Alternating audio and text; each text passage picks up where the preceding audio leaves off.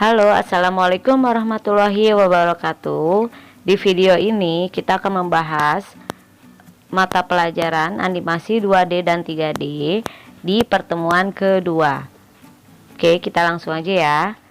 Poin 2, fungsi prinsip-prinsip dasar pembuatan animasi 2D. Sekitar tahun 1930, dua animator dari Walt Disney Studio yaitu Frank Thomas dan Ollie Jensen memperkenalkan prinsip dasar animasi untuk pertama kali yang ditulis dalam sebuah buku berjudul The Illusion of Life. Pada dasarnya, prinsip animasi adalah teori dasar fisika yang diaplikasikan pada animasi karakter. Animasi tidak akan pernah berkembang tanpa ditemukannya prinsip dasar dari karakter mata manusia yang disebut persistence of vision atau pola penglihatan yang teratur. Di pertemuan sebelumnya kita sudah membahas apa itu persistence of vision ya. Poin 3, jenis prinsip-prinsip pembuatan animasi 2 dimensi. Prinsip animasi adalah kemampuan mengcapture momentum ke dalam runtunan gambar sehingga seolah-olah menjadi bergerak atau hidup. Meskipun terdapat berbagai bentuk teori tentang bagaimana seharusnya animasi itu dibuat, tetapi minimal terdapat 12 prinsip animasi yang harus dipenuhi untuk membuat sebuah animasi. Oke, kita bahas satu persatu. Apa itu 12 prinsip animasi dan gimana sih contohnya? Di sini yang pertama ada prinsip timing atau waktu. Timing adalah tentang menentukan waktu kapan sebuah gerakan harus dilakukan. Misalnya, menentukan detik keberapa sebuah objek atau karakter berjalan sampai ke tujuan atau berhenti. Nah, ini contohnya ya. Jelas ini kita harus menerapkan fungsi ini pada animasi yang kita buat karena kita harus menentukan timing waktunya di menit keberapa animasi yang kita buat ini akan bergerak. Nah, ini contohnya ya. Jadi nanti kalian bisa lihat di sini. Di sini ada timeline, maksudnya ya garis waktunya. Nah, terus nanti ini di menit keberapa atau di detik keberapa gambar ini nanti akan bergerak ke atas ya. Oke, prinsip kedua, prinsip ease in dan ease out atau percepatan dan perlambatan. Prinsip tersebut juga paling banyak digunakan dalam animasi, terutama pada slow in dan slow out. Slow in terjadi jika sebuah gerakan diawali secara lambat kemudian menjadi cepat. Sedangkan slow out terjadi jika sebuah gerakan relatif cepat kemudian melambat. Jadi kalau slow in itu diawali gerakannya lambat kemudian cepat ya. Dan slow out itu kebalikannya. Diawali gerakan yang relatif cepat kemudian melambat. Nah, kita lihat contoh di sini. Yang atas ini adalah contoh dari slow in. Dia gerakannya awalnya lambat kemudian cepat. Nah, beda dengan slow out yang diawali gerakan cepat kemudian melambat. Oke, paham ya? Next, prinsip arch atau lengkungan. Sistem pergerakan tubuh pada manusia, hewan, atau makhluk hidup lainnya dapat bergerak mengikuti pola atau jalur maya yang disebut arch pada sebuah animasi. Posisi tersebut dapat dibuat bergerak lebih halus dan realistik karena pergerakan mengikuti suatu pola lengkung atau termasuk lingkaran, elips atau parabola. Nah, kita lihat ya contoh dari prinsip arch atau lengkungan.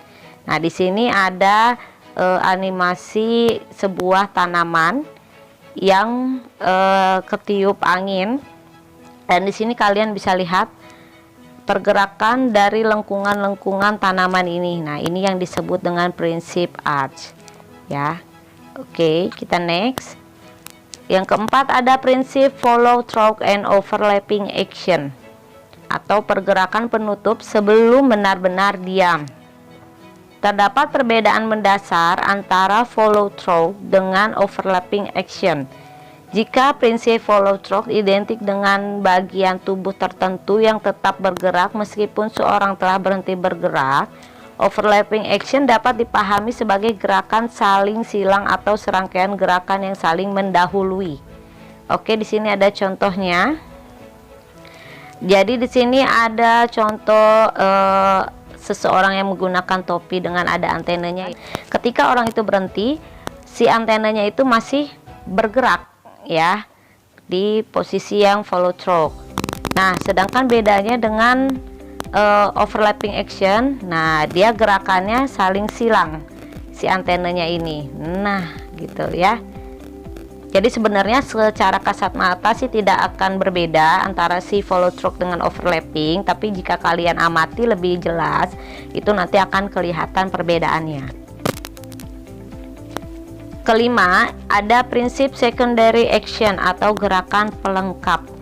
Secondary action bukan bertujuan menjadi pusat perhatian sehingga mampu mengalihkan perhatian dari gerakan utama.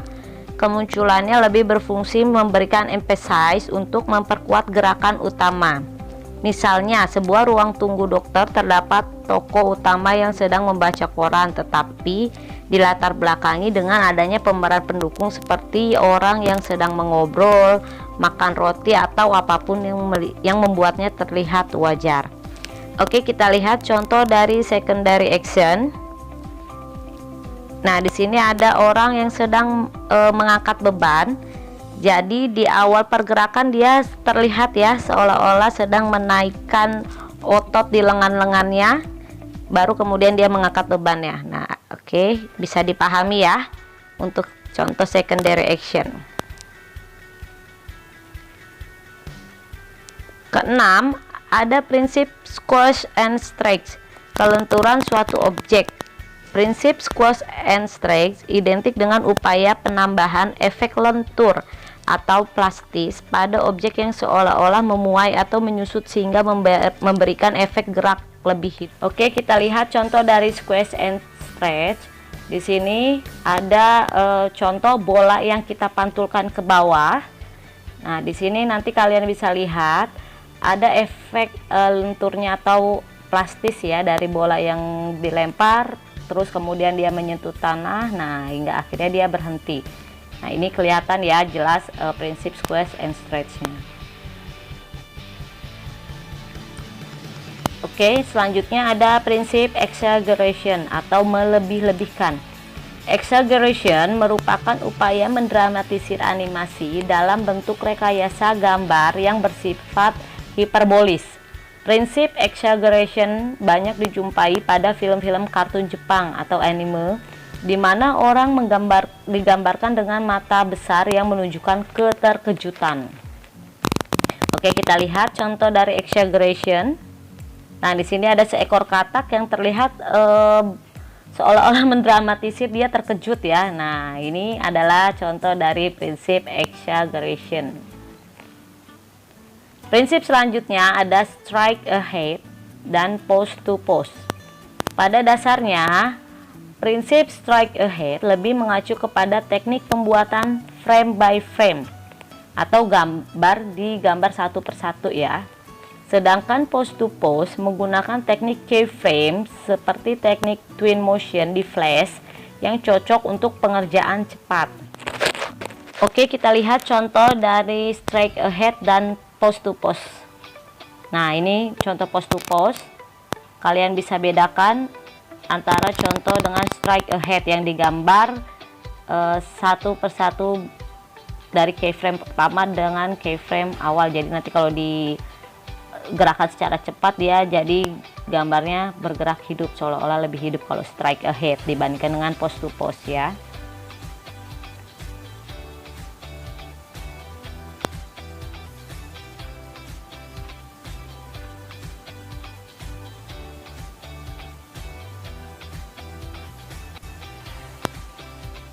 Oke, next ada prinsip anticipation atau gerakan pendahulu.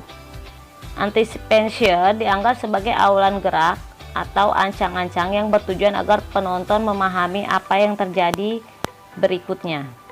Nah, kita lihat contohnya di sini ada muka seseorang, kalian bisa lihat di sini perbedaannya yang dengan anticipation atau tidak dengan efek anticipation.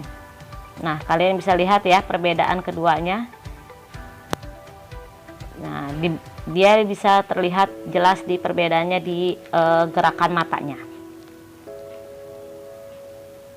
Jadi kita bisa melihat seolah-olah orang ini akan terkejut ya, dari mimik mukanya kita bisa melihat karena kalau orang ini sedang terkejut. Oke, next ada prinsip staging atau bidang gambar. Staging dalam animasi meliputi bagaimana lingkungan dibuat guna mendukung suasana atau mood yang ingin dicapai dalam sebagian atau keseluruhan scan.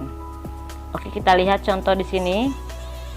Di sini ada contoh orang terpeleset karena kulit pisang, lalu di lingkungan sekitarnya orang-orang mentertawai seseorang ini yang sedang jatuh ya. Nah, kalian bisa lihat. Oke, jadi dia ditertawakan oleh lingkungan sekitarnya ketika dia jatuh terpeleset kulit pisang. Next ada prinsip personality atau penjiwaan karakter. Penjiwaan karakter akan membuat penonton mengenali karakter yang dibuat sedetail mungkin terhadap kepribadian seorang tokoh yang memiliki kesamaan terhadap tanggal lahir, hobi, sifat baik, dan jahat yang menyertainya. Di sini kita bisa lihat ada animasi kancil. Nah, kalian bisa pasti kalau misalnya ibu sebut kancil, berarti kalian tahu dong karakternya si kancil ini apa. Kancil ini adalah cerdik ya kan kepribadiannya, dan sedikit agak licik ya. Nah, oke. Next, prinsip appeal atau daya tarik karakter. Daya tarik karakter harus bisa mempengaruhi emosi penonton. Misalnya tampang yang tak berdosa sehingga membuat penonton merasa kasihan, atau tampang bodoh sehingga membuat penonton tertawa. Nah, kita lihat di sini ya. Ada contoh dari prinsip appeal atau daya tarik karakter, di mana ada 4 karakter yang berbeda, dengan satu karakter ini yang dengan mukanya terlihat seolah-olah bodoh sehingga membuat si penonton ini ikut tertawa. Oke, demikian penjelasan 12 prinsip animasi. Jika kalian ada yang kurang paham, silakan kalian tanyakan. Sampai jumpa di pertemuan ketiga berikutnya. Demikian dari Ibu. Wassalamualaikum warahmatullahi wabarakatuh.